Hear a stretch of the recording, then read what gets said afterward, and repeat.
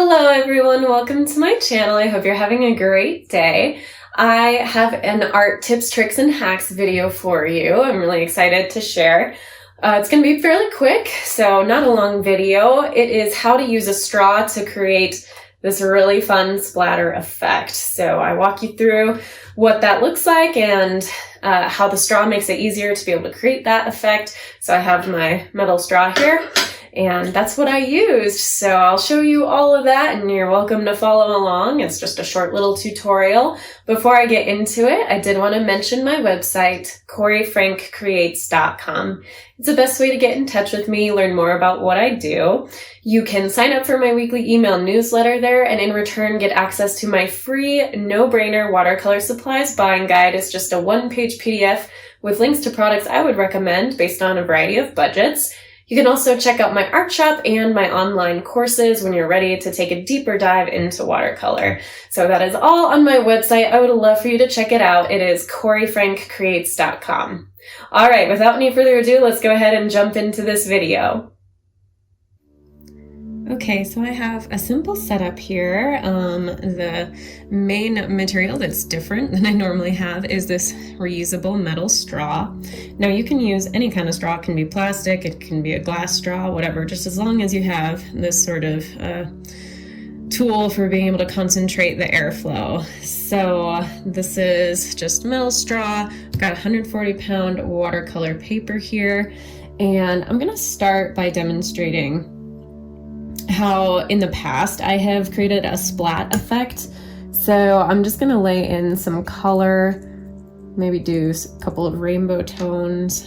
So when you are creating a splat effect, you want to have a lot of water and a lot of pigment. So I have some alizarin crimson I'm just laying in here with a size 6 flat brush, and maybe we'll add some orange as well. Cadmium orange right here. Let some of those colors flow in together. You can use whatever colors you want. It can be a single color, it can be multicolors. I'm just having some fun with the multicolors. So I figured I'd do 3 different colors here. So I had the alizarin crimson, I started with cadmium orange, and now I've got some cadmium yellow. See how those colors just flow into each other when the paint is nice and wet. And then I'm just gonna add a little bit more water in here to each section. You want a lot of water, a lot of pigment, like I mentioned. And now, if I just go in, so you're gonna see part of my face kind of coming into the frame, just kind of get close to it and blow, you see how it creates this lovely splatter effect. You can do it multiple times.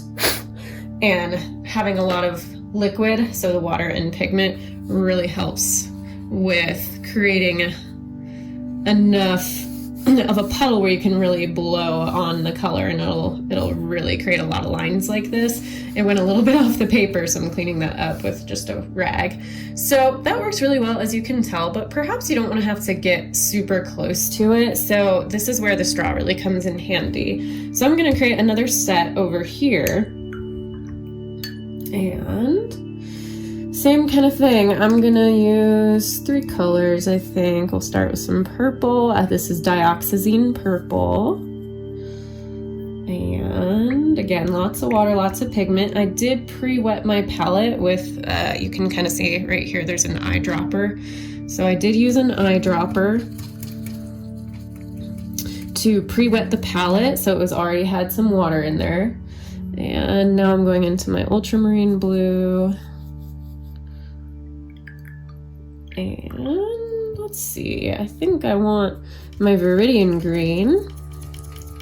It's really nice, kind of blue-green color. And you know what, just for grins, just so we can really demonstrate this, I'm gonna also use Hooker's green. So I got a bit of flow here. I realize I should have had the red over here so I could have had a continuous rainbow, but oh well.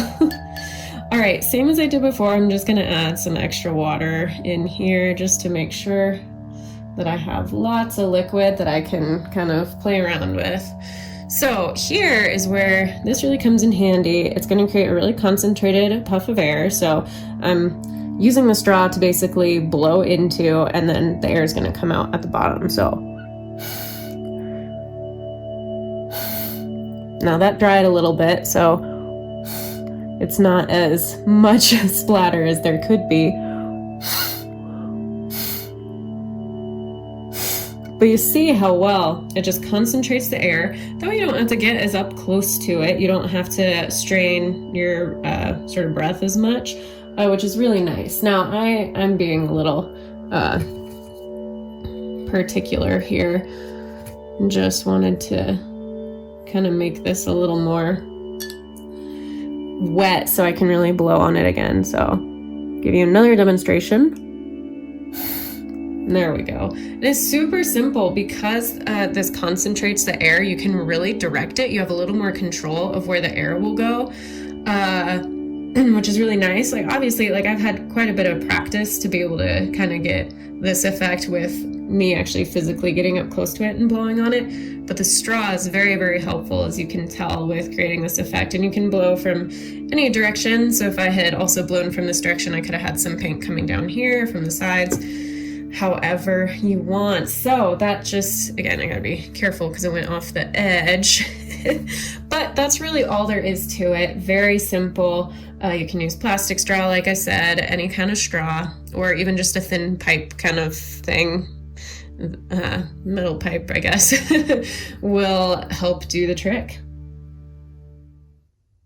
Thank you so much for watching. I hope you enjoyed that and found it helpful. If you did, please give this video a thumbs up. Go ahead and subscribe to my channel if you haven't already. I'd really appreciate it. Until my next one, be kind to yourself, be kind to others, God bless, and I will see you soon.